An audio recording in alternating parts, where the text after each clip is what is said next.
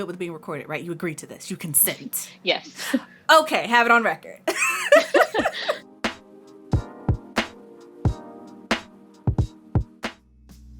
Hello and welcome to everyone listening to the Written in Melanin podcast, the place where you come to get your weekly dose of melanated creativity. I'm your host, CM Lockhart, an author of fantasy books featuring black girls who aren't all that nice, and the owner of the Melanin Library, an online database of books written by black authors. And in this space, I share with you everything I've learned on my journey as a black and indie author. I'm glad you're here. Welcome to a special bonus episode of the Written in Melanin podcast, you guys. Today, I am here with Morgan Lee, a multi-genre indie author. Her book, Seed Among the Thorns, is the first book in her young adult dark fantasy trilogy. A lover of imaginary worlds, the smell of ink on a page, and spinning in the wind, Morgan has been writing since the age of 6 and has always dreamed of being an author. You can always find her on her YouTube channel where she hosts productivity sprints, shares her writing journey, her life, and anything else that inspires her. And today, she's joining me in a discussion on what it means to be a black fantasy author in a public space. Welcome to the podcast, Morgan. Hello. Thank you for having me. Thank you for being here. I'm really excited. So, full transparency, you are, I think, the first guest that I reached out to have on the podcast. Everyone that I've had on the podcast before this, I either knew them personally beforehand or... No, that's it. I knew them personally beforehand. So you're the first guest that I've had on the podcast. So I'm excited. Well, yay. It's an honor. I'm glad. So that being said, let's introduce you to the listeners. And why don't you start out by telling us a little bit about the first book in your series, Seed Among the Thorns. Okay. So Seed Among the Thorns follows two teenagers, 17-year-old Shaw and 15-year-old Emerson. And I wanted to write a book that kind of explored generational curses a little bit. So the whole premise of the book is that Shaw and Emerson are from two families who are forcibly bound together by an ancient curse. One of them, Shaw's family, they house a demon that takes over their souls at puberty. And Emerson, her family, has to protect them. So it's a kind of family dynamic situation, and all of this takes place in a world that is an alternate Earth, kind of, and it has a regular fantasy Earth world and then a prison world that is ruled by three brothers who are all gods. Well, that's fun. Yeah. So yeah, that's the kind of the premise of the first book of the series. Awesome. I've started reading the beginning of it, and I was just oh snap, okay, because I'm one of those people where I'm really picky with the books that I actually see through to the end. And when I started yours, I was just oh, this is really good. I want to know where this is going. And for me and my attention span, that's impressive. So I just want you to know that I'm excited to finish your book.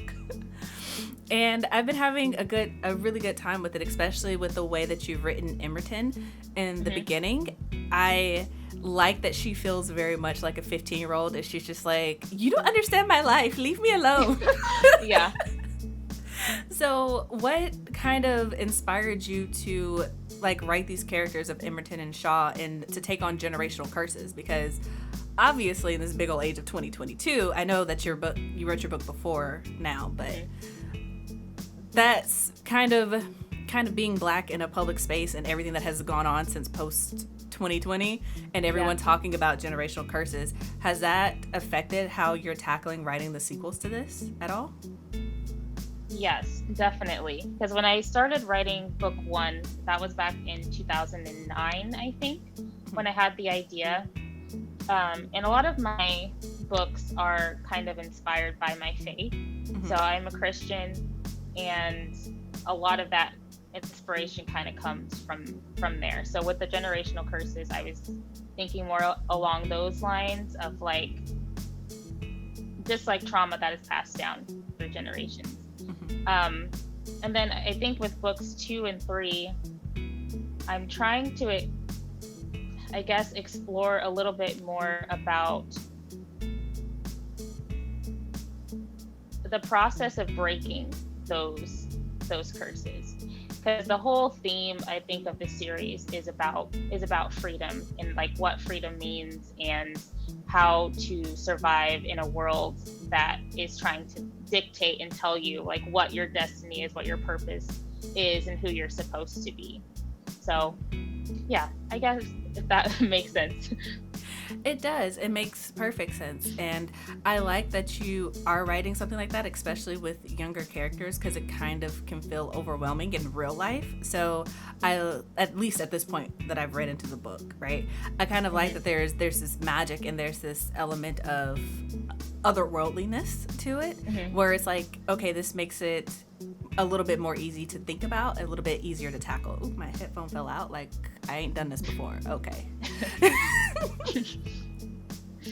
But yeah, so let's talk about not only your book, but also like what we're here for, right? Creating in a public space. So for those of you listening to the podcast who don't know, Morgan Lee has an amazing YouTube channel. She's actually one of the first AuthorTubers that I found when I started looking for YouTube channels and for other authors to connect with. So I've been following her for a while. And I will say this, if y'all like consistent content, Morgan got it for you. Because every Monday she's on that writing sprint. Like, let's go. Let's be productive. That's about all I can do right now. So I'm like, consistency is hard. It is. It's really hard, but you do it really well, because I look forward to your Monday productivity sprint. So I'm like, if I don't do any other work this week, I'm going to work while Morgan is sprinting. And I appreciate that. You actually inspired me to start doing sprints on my own channel. And it's kind of like that consistency while you're trying to create. Do you feel like that puts more pressure on you? Because you know that, okay, people are waiting for this. People are expecting me to do these sprints. Does that add a level of pressure when you're trying to create? I think it keeps me accountable to create. So the reason that I like hosting my own productivity sprints is so that I can have, at least, like you said, that one time at least that I'm focused and I'm sitting down and I'm getting to work. Because sometimes I get overwhelmed by like all of the things that I signed myself up for to do. So at least like having that dedicated amount of time, like other people are expecting me to be there, and it makes it easier to show up. Because sometimes I don't always show up for myself, but if other people are expecting me to be there, that makes it easier for me to actually get it done. No, I feel that 100%, because like that accountability piece of creating can be so hard, especially like as a creative. It could just be me, so correct me if I'm wrong, but in my mind I'm just like, I'm a creative. You can't put me in a box. You can't just put me in a chair and expect me to do the thing. It doesn't work like that. Yeah. But at the same time, it kind of has to work like that if it's going to get done, you know? So is accountability the reason you decided to start your YouTube channel in the first place? Actually, I started my YouTube channel, well, I guess accountability is kind of thrown in there, but a long time ago, I started a BookTube channel because I wanted to read more books. So the first channel I had before my current channel was a BookTube channel, and I tried to like do reviews and book hauls and all of that stuff. But then I found myself wanting to talk about writing more and wanting to talk about just whatever I wanted to talk about. So I switched over to AuthorTube probably like a year and a half after I started that first channel. And I think keeping it going has been that accountability and the community aspect as well. Because when I'm on my own and I just have myself, I don't get as much done as I would like to. Because I feel like I'm my own biggest obstacle. That's real. Sometimes. So, yeah. Yeah. Okay. So do you still have that other channel? Like, do you still do book content? Or is it just all AuthorTube now? It's all AuthorTube now. Well, it's like, I don't technically call my channel an AuthorTube channel anymore. Because I've decided to like kind of expand to just talking about whatever I wanted to talk about, and then kind of tying it back to writing somehow. So like I did because I have Crohn's disease. So like last year I did a whole week where I just focused on Crohn's disease and like raising awareness and stuff. So while I still do AuthorTube content, I kind of feel like just like putting it as that title kind of limits to what I can do. So now I just kind of just say I just have a YouTube channel. But I understand that 100% because like the Written in Melanin channel has gone through several cycles of somewhat the same energy. Like when I started, I was like, ooh, I'm going to do BookTube because like you, it's like I like to read and I like to talk, so I can do this. And then over time, it started to become like, okay, but I'm an author and I want to talk about writing and I want to talk about what I've learned and I want to talk about this industry, and it's constantly like morphing and changing. And I'm like, it's not an AuthorTube channel, it's not a BookTube channel, it's just a place where I talk about writing and books. It's bookish content is what I call it. Yeah. So I understand where you're coming from 100%. And I guess that kind of leads me into my next question, which is kind of like, even though you don't call it AuthorTube anymore and you still create like authoring content, do you ever feel like when you are creating content, like I don't know how to word it properly, so stick with me, but like that feeling where it's just like, okay, I haven't posted a video in a while, so let me sit down and write so that I have like content for like a vlog, or I have like an update to share with people, or I'm not out here looking like a complete fraud, because that's what goes through my mind when I'm like, it's been like a week, 2 weeks since I posted. Yeah. I mean, I feel that way too, of like I have to get something out, so my default usually is like, let me do a writing tag, like a tag video. Let me do an AuthorTube tag just so I can have something to post. But lately, I think it's been at least 3 months since I posted a video, which I don't like. I would like to be consistent in my video content so I don't have to come back and be like, sorry, it's been a while that I've posted a video. So yeah, there's a lot of pressure to like at least keep up with the writer bookish content, so that so you don't lose subscribers, or so people don't lose interest in like what you have to say. Yeah, I'm with you. I'm following. And do you feel like because you've like not necessarily been consistent, but do you feel like because you've joined AuthorTube, you have found like that community that you were hoping to find? Because I know a lot of people join literally any social media, TikTok, Twitter, AuthorTube, BookTube, whatever, because they're looking for people to connect with. Do you feel like you've found that on YouTube? And then specifically, I guess, for me, one of the things that I was really looking for was finding like Black authors to connect with. So what has your experience been like? I would say I've definitely found a really good community on AuthorTube within the last year, probably. And I've been making content for at least 7. So it took a long time for me to even like find a community at all that like we have each other's numbers and we collab on things all the time, and like it's actual friends and not just like people you see online like once in a while.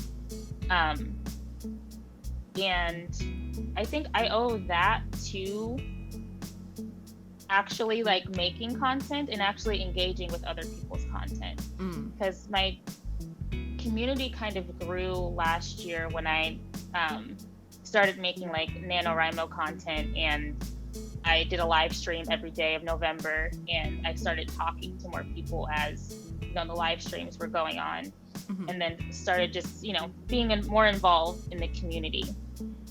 And then where I haven't had a lot of like community success is I don't think I've connected with a lot of Black AuthorTubers or like authors in general, and I don't know the reason for that, but I just haven't. So yeah, that's where I am. I understand. I mean, speaking of someone who has been trying, it is extremely difficult because I don't know if it's the algorithm or if it's just like a genuine how many Black authors are truly on YouTube, and then also of those who like truly want to foster a community friendship connection type. I feel like the more specific you get, the more like it starts to narrow down the people who fit that criteria. But like I said, I still consider myself relatively new to AuthorTube. I started creating content like consistently in 2019, and so we're in 2022, so that's what, 3 years. I'm nowhere near year 7. Nowhere near. But I realized as I was interacting more with like your content and with Barrett's content, and there are a lot of live streams and there's a whole community, and I was just like, wow, this is kind of amazing. I'm glad that I stumbled upon it. But kind of like you said, like creating content and then like just happening to stumble upon the right person who's like, oh, well, have you seen this person's content, or have you seen this person's channel? So I think that's how I found you, actually, because I was literally just searching for Black author tubers, and your page came across, and then I subscribed to you, but then I was in someone else's live stream and then they mentioned you, and I was like, wait a second, I'm subscribed to her. And then that's when I started watching your content. But I digress. This is not about me. It's not about me. But one of the things that I did want to ask you is that especially for anyone who may be listening who is still trying to find their community, because that is one of the questions that I get asked a lot, is how to find your community, especially as like a Black author who writes fantasy. Because from my experience, especially indie authors or self-published authors, a lot of us, how do I put this nicely? A lot of Black authors tend to write contemporary, or they tend to write romance, especially when you start looking for community and podcasts and things of like that. A lot of them cater to specifically Black indie romance. And so as someone who writes fantasy, I was just wondering, do you ever find it difficult to like put yourself out there or find spaces to talk about your book or promote your book or anything like that? Definitely. I think it's more so that in general, I struggle with putting myself out there, and just as even promoting myself at all. So I haven't really dove into trying to find like fantasy specific communities, or even like Black authors writing fantasy books. One place that I've been trying to find more like fantasy authors and more Black fantasy authors is TikTok. So I've just been like scouring TikTok to find people, even though I don't post stuff on there yet, not really. So yeah, that part has been difficult because I'm not good at putting myself out there, or like starting conversations with people, or that's real. Yeah, it's just there's like sometimes it feels like there's always a disconnect. Like, how do I actually do this? How do I make a friend? I don't know. Literally, I'm so glad that you said that, because that's one of the things that I have struggled with as an adult. I'm like, how do I make friends as an adult? It's not like in kindergarten we could be like, hi, can I borrow your crayons? And suddenly we're best friends. That's not how it works. Yeah, we're best friends now. Like, that's literally how my best friend from kindergarten was. She said, you want to be best friends? And then we were for like 7 years. It doesn't work like that now. It doesn't work like that. So I understand exactly how you feel. Anyone who listens to the podcast knows that I absolutely love TikTok. It is my social media platform of choice, at least right now in 2022. Who knows what it's going to be in 2 or 3 years when the world changes again. But I personally have found that I really like the community on TikTok, because kind of like you said with YouTube, once I started creating content and not only engaging with the people who are in the comments of my video, but also engaging with them in their own videos, it really felt like a community. And those were the same people who, when I released my book, went really hard for my book and shared it. And it was an amazing experience, you know? And it's just kind of like, I get where you're coming from, you know?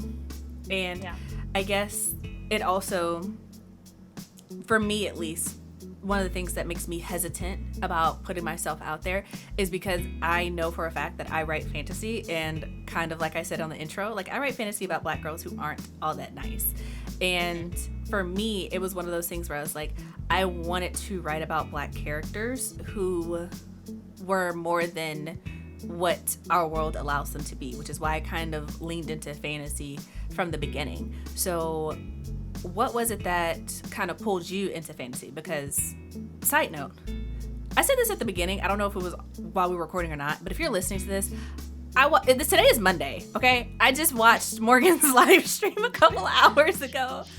And one of the things that came up in the live stream discussion was writing thrillers. And I know you had mentioned that you wanted to like have a little foray into that. So kind of tying both those questions into that. What brought you to fantasy, and what makes you want to like foray into other genres? Fantasy has always been like my first love, because fantasy helps you to escape from reality. And I was always looking for that escape, because when I wasn't an only child, but my sister was 6 years older than me, so she didn't want nothing to do with me. She was doing her thing, and I was left to do mine. So I was always reading, and I always would like to just get away, because reality was hard. I was a shy kid. I didn't talk at all, really, and so books were always my go-to. So fantasy was always the genre that I felt most connected to. But with expanding to other genres, I just like the experience of learning how to do new things, and to learning different ways of writing, because writing a thriller is a lot different than writing like a contemporary. So just like to improve my skills, and just because writing is fun, and I don't want to just write one thing. So I love that. And I'm glad that you mentioned that, because I feel like sometimes as authors we get so focused on like branding ourselves, like, oh, I'm a fantasy author, or oh, I'm a romance author, and the fact that you're just like, I'm an author and I want to write other things, and writing is fun, and basically, you know, that you want to like challenge your skill or whatever. It's just like, I love that energy. Because it's just like, I don't know. And I guess because I am who I am, I always think about my experience as a writer, especially colored as a Black woman in this space. And it's just kind of like, there's a lot of pressure to be successful, because there's not as much, I'll say, forgiveness in this industry if you're not good at what you do, especially when you look like this. And it's just kind of like, I love when I meet people who are like, okay, but I'm still going to do the thing. I'm going to do the thing. I'm going to do it well. Like, I love that energy. I love it so much. So that actually makes me want to like ask you, bringing back in the fantasy and being an AuthorTuber, do you feel like having this community and being on AuthorTube and meeting the people that you've met and interacting with them, do you feel like that has influenced you in your writing? So like, do you think that you would still be going about things the way that you are now, being okay, let me ask this. Do you consider yourself indie or self-published? I like the term indie better. Like self-published, like not that it does have negative connotations. Like I don't mind being called self-published, but I just like the term indie better. So I would say indie author. Okay, got you.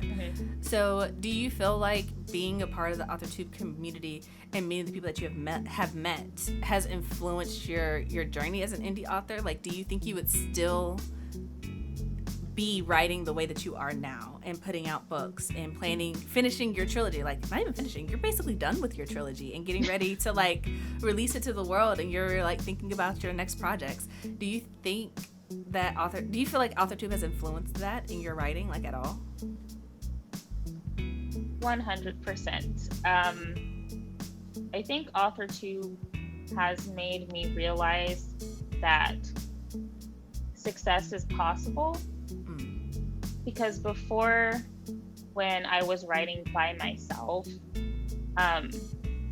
when I spend too much time by myself, like negative thoughts come. So like the negative spirals of like, this isn't good enough, like this will never be published, or I had a lot of those thoughts early on, but I feel like AuthorTube has helped me see what is possible and has expanded my understanding of writing, in that like there is no perfect process, there is no perfect method, like every book is different, every author is different, and it's just helped me grow, I think, as a writer. And it's also introduced me to people that I wouldn't have interacted with before, and in a way kind of expanded my worldview a little bit. Because if we're honest, like I had a very narrow worldview, and I didn't realize how narrow until the pandemic happened, and until like my entire perception of the world kind of changed in 2020. And I had a whole like self-crisis, and just like I have met so many different types of people that I don't feel like I would have known, or experience I wouldn't have learned about if I wouldn't have been in this community.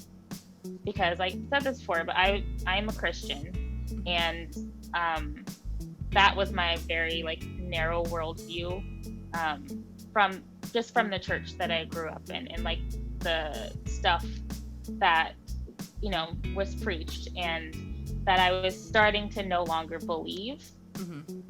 So AuthorTube and the people of AuthorTube has helped influence my worldview, which has helped shape my writing, in my opinion, to become deeper and like more inclusive and more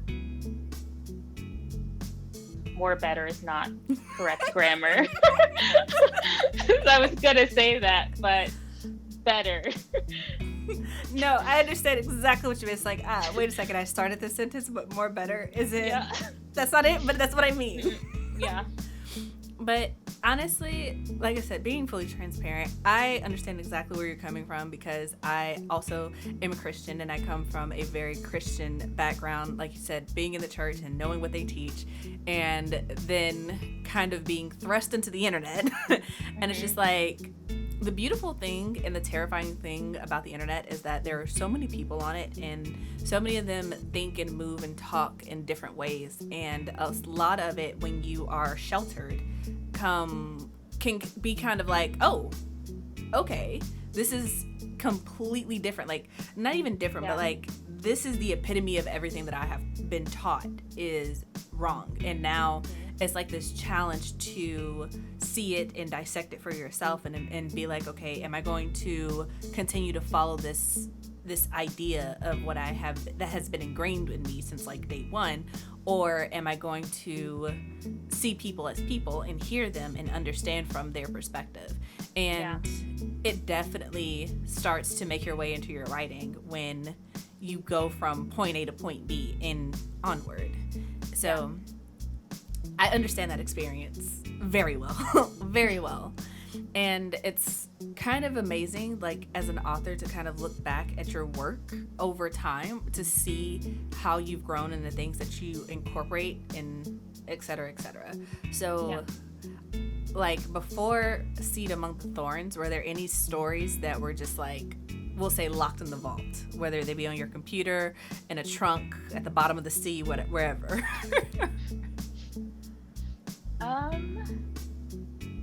I mean, there are a few. The first book that I started in the 4th grade, ended in high school, and that was just like a medieval romance type thing. And then I think what else there was. There was one story that I started called Life is a Game, and it was going to be about an orphan and her awful life or something. I don't know what it was going to be about. Those are the two big ones, I think, that I just need you to know that I'm highly tickled about 4th grade Morgan wanting to write a medieval romance. That seems very niche for a 4th grader, and I love that for you. I know. And it started off because we had read Chronicles of Narnia, Lion and the Witch in the Wardrobe, and we were supposed to create our own fantasy world. But somehow I decided that I was going to make like a kingdom, and it started off The Legend of Blue Fields in Red Valley. And it's about a princess who had blue hair.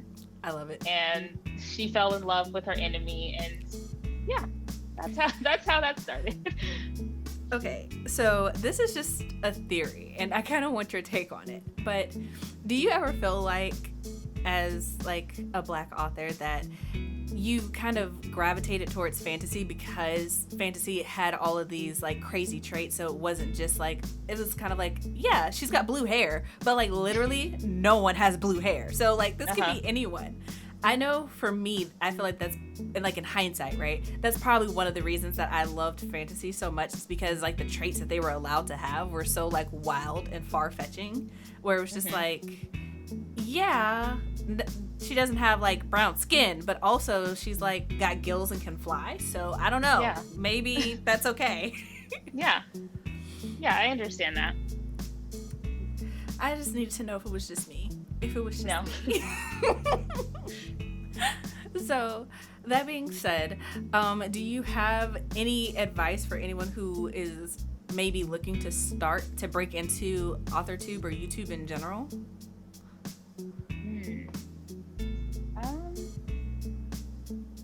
Kind of like the advice that always says just start. To just like go ahead and make the video. Don't wait until like things are perfect, because that's where I kind of got caught up. I was trying to make everything line up and everything be perfect. So if you want to make the channel, make the channel. And another piece of advice that I like is to find what works for you, because I think too often we get wrapped up into what everybody else is doing or what we think we have to do in order to be successful, or like, this is the content I have to make.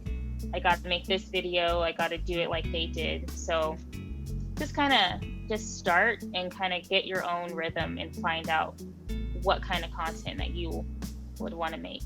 So I second that advice. Like, I saw I want to say a Skillshare, but it's also basically like Morgan said, it's very common advice. Create the content that you want to create. Because if you enjoy creating it, then other people will enjoy watching it, because that energy will come through. But if you hate creating the content, it's going to feel like you did this because you have to. I can't explain it, but those feelings come through the computer, you guys. Yeah. Being real. It's like when I thought I had to do writing tips, and I hate writing tips because what do I know? I'm not going to give you tips about writing. No, I feel that, because I too was like, what do you want me to tell you? I don't know. Yeah. Sit down, clickety clack, and there you go. I don't know what you want me to tell you. So yeah, I'm sorry. I'm thinking about all the videos that are just like, I will say this, each community has like their own little unspoken rules. Like if you do a booktube channel, you're kind of expected to do hauls and to do tags and to do, monthly wrap-ups. If you do an AuthorTube channel, like people generally want tips, or they want like vlogs where you're like sharing it, or they want writing sprints, or they want something. But the thing is, your channel is yours. It's kind of like your room in your parents' house. Like, yeah, your parents have rules, but also your room is your space, and you got to make it do what works for you. But, oh snap, my short-term memory is kicking in. Rather, it's leaving me. Oh crap. I was going to ask you something else, and I don't have it. It was a question about something that you had said, and I didn't have it written down. What was it? I don't know. It's lost. I'll probably remember after we stop recording. I'll be like, yep, that's what it was. That's what it was. But, oh, here we go. Look at that. Coming through for me.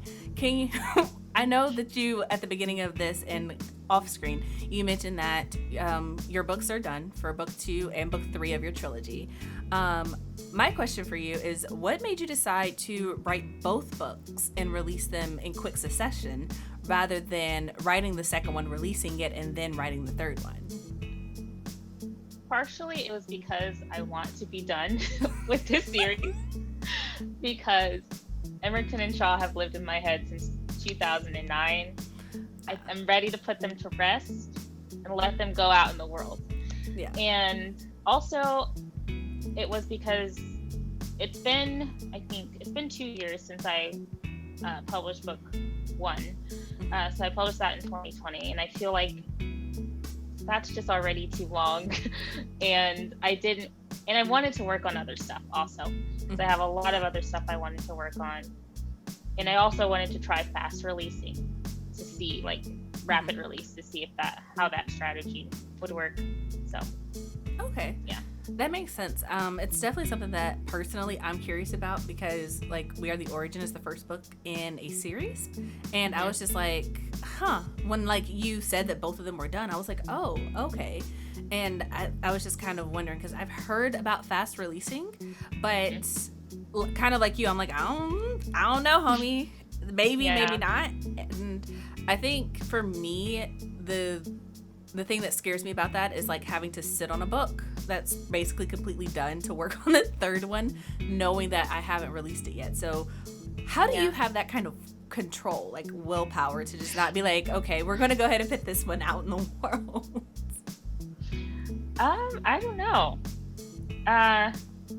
Ultimately, I just want the series to be done, and I feel like I just wanted to,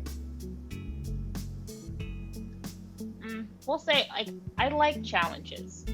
So one of the main reasons was I wanted to see if I could do it. Mm-hmm. So with getting books 2 and 3 out this year, which I'm on schedule to do, but I'm still worried about successfully doing it. But I like challenging myself. So when I have a challenge, I feel like it's almost easier for me to actually get it done. That makes sense. Yeah. Okay. Well, I applaud you, because I don't think I could do it. So I hope it works out for you. I hope so. And I would love to know how that actually works in practice, if you don't mind sharing the results of it when you do it. Yeah. So that being said, we are going to start wrapping up this episode. So I have 2 more questions for you. The first being, what can you tell us about your upcoming trilogy? Because I know we've been kind of dancing around it. So the end of your trilogy, rather. Is there anything that you could maybe share with the audience? Oh, I don't know. Let me think. I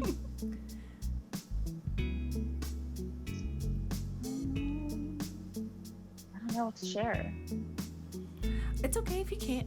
I know you haven't done a cover reveal yet, or have you released the titles for them yet? Yes. I don't think people know the title to book 3, but the title to book 2 is Seed Among the Rocks. Okay. And then the title to book 3 is Seed Among Good Ground. Ooh. Because it was inspired by the parable of the seed and the sower. Mm-hmm. And yeah. Awesome. And you said they'll be out later this year, most likely? Yes. Book 2 is slated for November, and then book 3 December. Ooh, just in time for Christmas. So that's exciting. That's exciting. Okay. And the last question that I have for you is a question that I like to ask everyone who comes on the podcast, and that is, if you could give one piece of advice to anyone starting out on their writing journey, what would it be?